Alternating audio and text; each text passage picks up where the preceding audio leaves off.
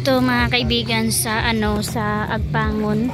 Mabilis lang po dito humupa. So hatid muna namin yung kuya ko mga kaibigan. Uwi muna sila, mag-visit sila sa kanilang pamilya. Work time sila ni papa niya. Gawa pa rin ng screen. Nag-ano sila, cutting sila para mahati-hati yung screen para magawa.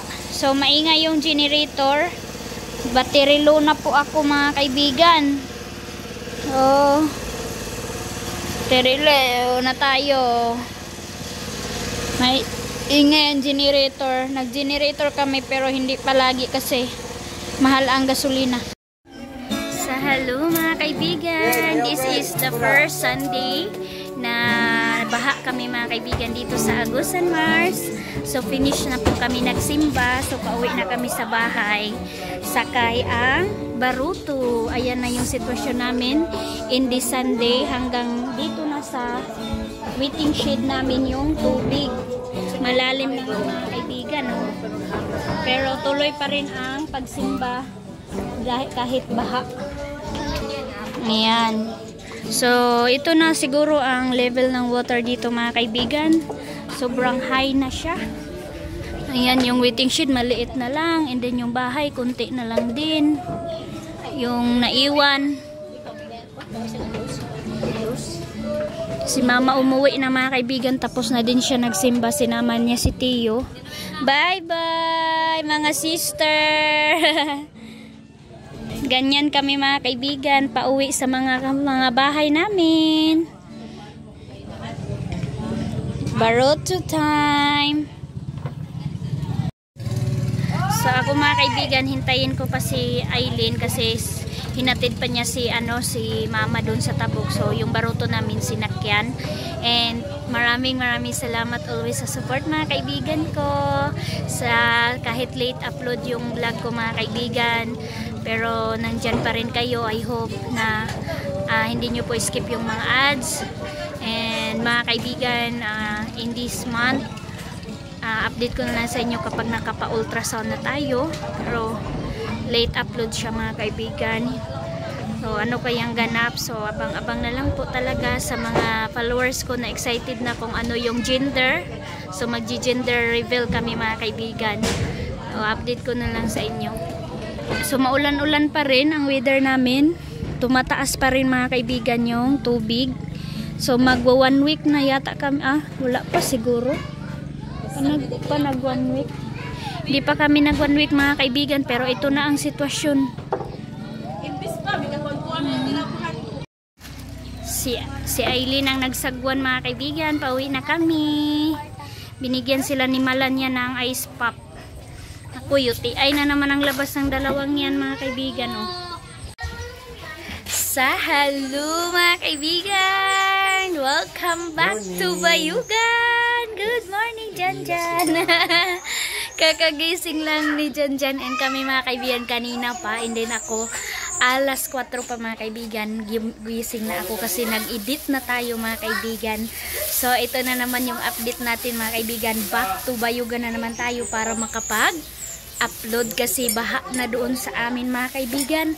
Sobrang taas na po. And run out na kami doon mga kaibigan. So kasi sinama na naman ako ni Ate Maninay dito sa Bayugan. So dahil parang sisikat si araw. Hello! Ilalabas ko itong mga nilabhan nila Ate Hak. Hoy, grabe mga kaibigan. Kasi punong-puno na yung cellphone ko mga kaibigan ng latest update sa buhay namin doon sa Agusan Mars. So kailangan ko muna umalis para maka-upload tayo mga kaibigan and maka-update tayo always sa inyo. So thank you talaga sa pag-watch mga kaibigan sa mga latest update ko sa buhay namin sa Agusan Mars. Kahit pasensyahan nyo na, hindi na ako nakapag ending mga kaibigan kasi nati-hati ko na lang talaga yung mga update ko para marami-rami tayong mai-upload sa inyo mga kaibigan. Naganap namin mga kaibigan. So kasama ko dito si Aileen and King and Ate Maninay and dinala namin si Tio dito para para din ma-visit niya si mama niya. Kasi medyo matagal-tagal na din si Teo doon sa amin mga kaibigan sa Tikbon. Ang gising na sa Timaninay. Ayan na. Dito na kami. Alam niyo mga kaibigan, grabe talaga sa Timaninay. Kasi hindi na kami naka-update kahapon pagdating namin. Kasi alam niyo ba, lubat yung mga phone namin. Kaya ngayon lang ako naka-update. Hindi na ako naka-update sa ganap namin sa pag-travel. And alam nyo, kararating pa lang namin kahapon mga kaibigan. Grabe, nakabisi ni Ate Maninay. Hindi pa nga siya nakarelax, nakaupo lang sandali. And then, work ka agad dito sa bahay ni Ate Hak. Kailangan ko munang tapusin yung coffee ko mga kaibigan. Baka dapuan ng langaw. And then, meron kaming pandesal na napakalutong kapag mainit. Pero malamig na to mga kaibigan kasi kahapon binili ko to. Tapos busy na naman kami in this morning. And si Dudong Totot, aalis sila ni Ate Hak. Mayroon silang pupuntahan mga kaibigan na napaka-importante para sa health ni Ate Hak mga kaibigan. In this update, hindi ko na lang ipapakita sa inyo si Ate Hak as a privacy niya sa kanyang sarili. So, iwan ko mga kaibigan, makamakita nyo doon kay Ate Maninay si Ate Hak. Pero sa lahat ng concern kay Ate Hak mga kaibigan, huwag po kayong mag-alala.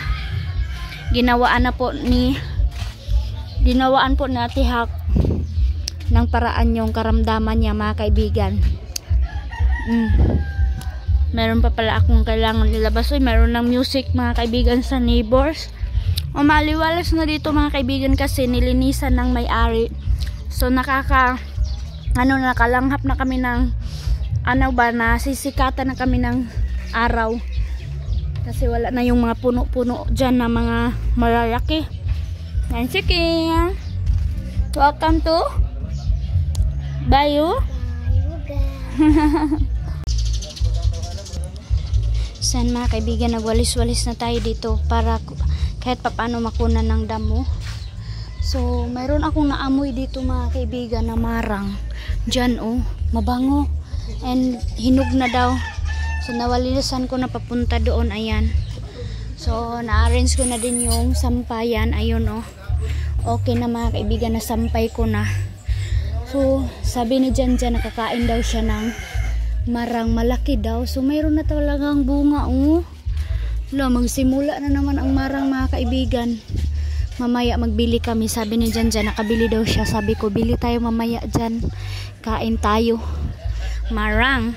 Ayan na, ready na si Dodong Totot mga kaibigan. Yung sasakyan pala nila papunta doon sa Butuan is si Uncle Luloy. So hindi pala sila magmotor. Kasi Ate Hak nandun pa sa loob. So travel naman sila. Maaga pa. Ayan mga kaibigan, hinayay mo kay. So ayan, dahil tapos na ako nagwalis, tapos ko na nailabas yung inutos sa akin ni Ate Maninay na ilabas yung mga damit muna para matuyo doon sa sikat ng araw. And ayun na sila Dodong Totot, umalis na mga kaibigan. So at least mga kaibigan, alam na namin mayroon ng update sa sakit ni Ate Hak, kung bakit paulit-ulit mga kaibigan. So hindi na lang namin sasabihin na sa privacy. Basta importante mga kaibigan, nalaman na yung sakit ni Ate Hak. So nag-treatment na siya.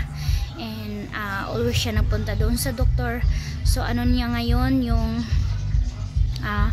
second balik niya doon mga kaibigan para matingnan siya ulit kung ano na yung reaction sa mga medicine na binigay sa kanya. So thank you mga kaibigan sa concern kay Ate Hak, sa kanyang karamdaman, sa lahat ng mga kaibigan ko, and lalo yung mga followers ni Ate Maninay na nagtatanong sa akin. Maraming salamat sa inyong mga concern. And prayer na lang mga kaibigan na makarecover talaga si Ate Hak.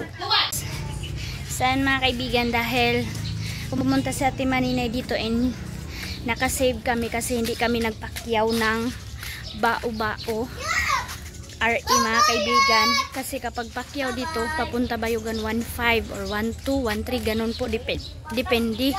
Pero yung binibigay talaga ni Ate Maninay is 1.5. And dahil yung sahod ko mga kaibigan, tamang-tama lang sa pangbayad ng utang ko, kaya hindi muna tayo maghuhotel. Update ko na lang sa inyo soon kapag nakauwi ako doon. Galing dito Bayugan, tapos update na naman. Tapos kapag matagalan pa rin maghupa yung tubig baha, so wala talaga ibang choice kundi maghotel talaga mga kaibigan doon sa pinuntahan ni Ate Maninay, na doon siya nag-hotel and doon siya nag-upload din mga kaibigan. Pero ngayon dito muna tayo sa Bayugan kasi libre ang bahay and libre din yung internet. Mama, Mami, dito na ka. Walk muna si Tio dito sa kanilang lugar. Kasi dadalhin namin yan. Pauwi kami mga kaibigan. Ibalik namin. Mami! Magbaktas daw siya. Walking daw siya. Oo. Sa tubig, oh. Oops! Ala!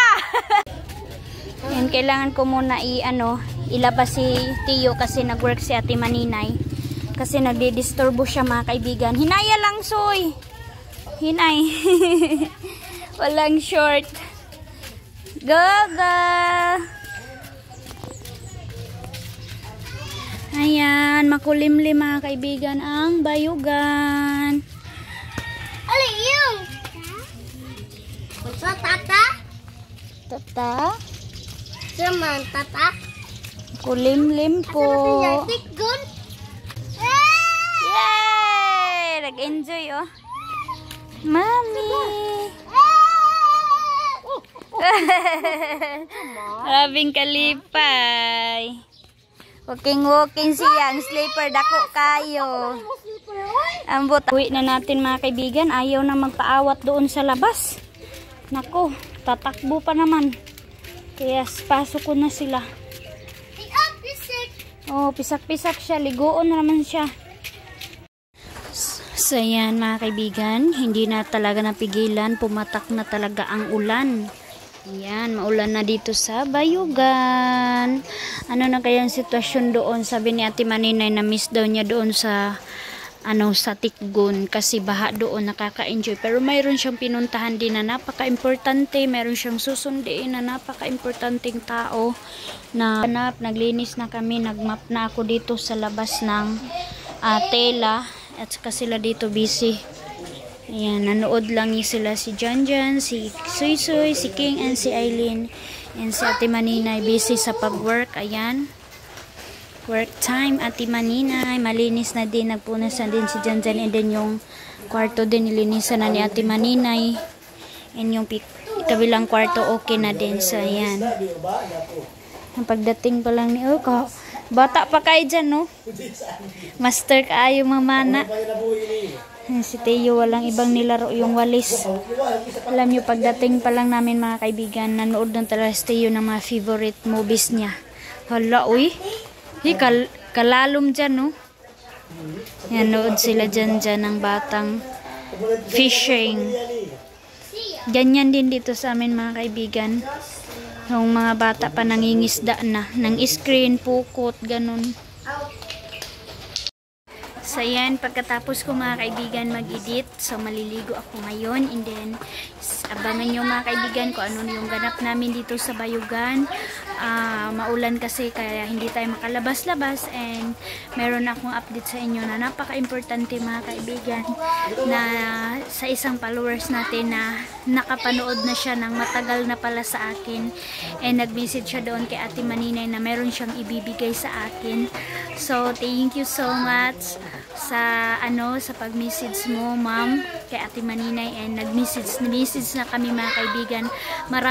Marami talagang nagmamahal sa akin, na nagsusuporta sa vlog ko mga kaibigan, and in-encourage nila ako na maging strong and maging patuloy. So maraming salamat sa mga good comment and sa mga message ninyo sa akin na nakapagbigay ng lakas ng loob. And thank you mga kaibigan sa pag-nood ng ating vlog, and thank you for watching sa buhay and sa latest update namin dito sa Agusan Mars. Thank you for watching. Bye bye. Thank you mga kaibigan. God bless.